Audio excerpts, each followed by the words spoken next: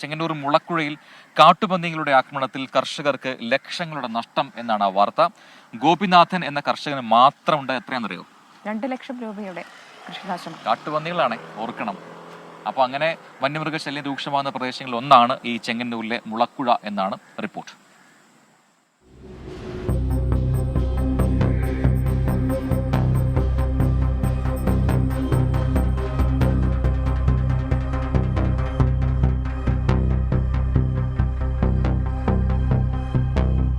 അറുപതോളം വരുന്ന കാട്ടുപന്നികളുടെ കൂട്ടമാണ് കൃഷിയിടങ്ങൾ കുത്തിമറിച്ചതെന്ന് കർഷകർ പറയുന്നു.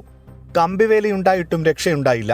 കാട്ടുപന്നികളുടെ ശല്യം വർദ്ധിച്ചതോടെ കർഷകർ കൃഷി ഉപേക്ഷിക്കുന്ന നിലയിലേക്കെത്തി.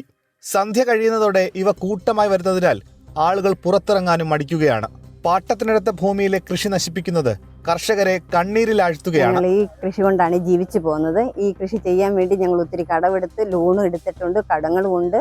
എൻ്റെ ഭർത്താവിന് വയ്യാത്തതുമാണ്. കൂടുതൽ ഇപ്പൊ പന്നിയാണ് ഇറങ്ങി ഇതെല്ലാം ചെയ്യുന്നത്. ആദ്യമൊക്കെ 1-2 എണ്ണം കളഞ്ഞപ്പോൾ ഞങ്ങൾ അത്ര ശ്രദ്ധിച്ചില്ലായിരുന്നു. ശ്രദ്ധിച്ച് അതിന് പോട്ടെന്ന് വിചാരിച്ച് നമ്മളത് മണ്ണിട്ട് മൂടുകയും അത് നേരെയാക്കുകയൊക്കെ ചെയ്ത്. പക്ഷെ ഇത്രയായി കഴിഞ്ഞപ്പോഴാണ് ഇതിലൊന്നും ചെയ്യാൻ പറ്റാത്തൊരവസ്ഥയായിരിക്കുന്നത്.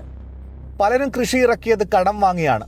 പാട്ടത്തിനെടുത്ത ഭൂമിയിലെ കൊയ്യാറായ വിളകളാണ് കാട്ടുപന്നികൾ നശിപ്പിച്ചത്. ഏറെ നാളത്തെ അധ്വാനം ഇതോടെ വെറുതെയായി. കാട്ടുപന്നികളെ തുരത്താൻ കർഷകർക്ക് വേണ്ട സഹായങ്ങൾ ബന്ധപ്പെട്ടവരിൽ നിന്നുണ്ടാകണമെന്നാണ് കർഷകരുടെ ആവശ്യം. 400 മൂട് ഏത്തവാഴ, 400 മൂട് ചേമ്പ്, 400 മൂട് ചേന, ഇതെല്ലാം എൻ്റെ നഷ്ടപ്പെട്ടു. എനിക്കൊരു 1.5-2 ലക്ഷം രൂപയുടെ കൃഷി ഈ 2 വർഷം കൊണ്ട് നഷ്ടപ്പെട്ടു. ഞാൻ കൃഷിയിൽ നിന്ന് പിന്മാറി നിൽക്കുകയാണ്.